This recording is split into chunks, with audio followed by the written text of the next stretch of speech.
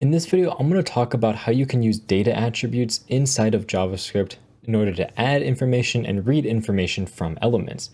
So you know that you can write out data attributes such as data test equals 1, 2, 3, 4. This is a really easy way to write out data attributes inside your HTML. What happens if you want to actually create and use these inside of JavaScript? Well, one thing that we can do is if we just say document.querySelector, and we want to select by that data test.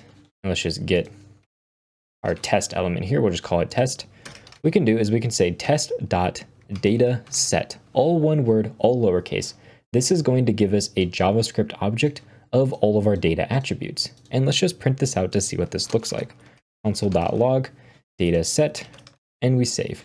And you'll see that here we get an object and it has a property test and it has 1, 2, 3, 4 as its value. So what it does is it takes the data portion of this, deletes it, and then we have here test, which is what's left over, and that's the key of our object, and then our value is just the value here.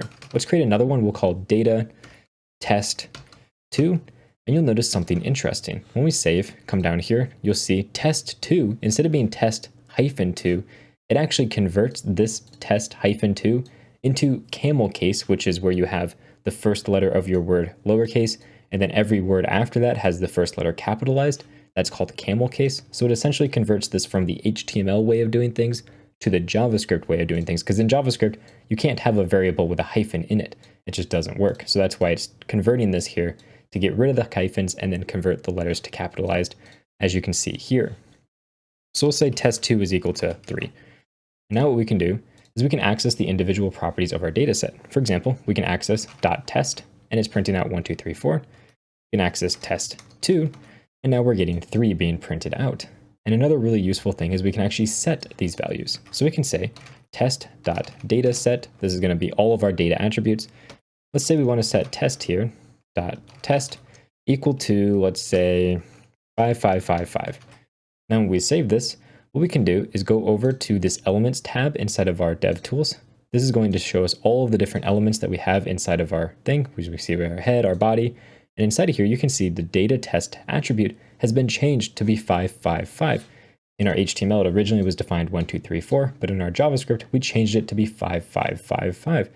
So essentially, these data attributes allow us a way to actually save and store data inside of elements using these data attributes. That'll allow us to change things with CSS. It'll allow us to store information on individual elements for us to use in JavaScript. And for this, we're actually going to create a simple counter application that counts how many times we click each of these buttons. Let me just remove here all these data attributes. And of course, we have failing code because this doesn't work. There we go. So let's select all of our buttons. We'll say document.querySelector. We want to get all of them, and we're just going to get every single button on our page. Then we want to loop through each button, and we want to add an event listener to each one. So inside of this loop, we can just say button.addEventListener on click. So whenever we click on a button, we want to run some function. And inside of this function, what do we want to do? Well, we want to take the button that we have here. So we'll say button.dataset. This is going to get our data. And what we want to do is we want to get the actual data for how many times we click a button. We're just going to call this data clicks.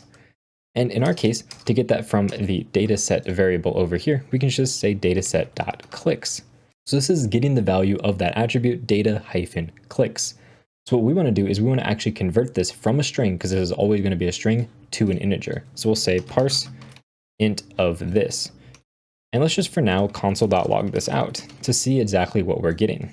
So when we click on any of these buttons, it should show us whatever this value of the data-clicks is, converted to an integer. And of course, we're getting NaN, because this is returning to us undefined because there is no value. So to get around this issue, all we're going to do is just default our data clicks inside of here equal to 0 for each one of our buttons, because by default, none of them are going to have any click data associated with them. Now when we save this and click a button, you can see we get 0 being printed out because that's how many clicks the button currently has. Now in order to go a step further, let's just set this to a variable. Const current clicks is equal to this. And then what we want to do is we want to take this number, add 1 to it, and then resave it to our data. So we can just say button.dataset.clicks is going to be equal to our current clicks plus 1. So we're just adding 1 to the number of clicks we have. Let's save this, come over here, And you'll notice nothing is happening in our console, but if we just click these a bunch of times, go over to our Elements tab and open up our body, you can see we've clicked this first button 6 times, the second button 7 times, and this third button 2 times. And each time I click this, you'll notice it's live updating down here so I can see exactly how many clicks each button has. And we're able to store all of that data inside each element's own data set, which is really useful because it allows us to store data without having to store it in variables in JavaScript. We store it in the actual HTML, which means we could take advantage of this with things such as CSS.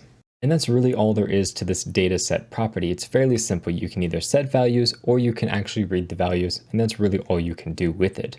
In the next video, I'm going to talk about how we can traverse through the actual DOM structure, getting parents, children, siblings, and so on. So I can't wait to see you in that video.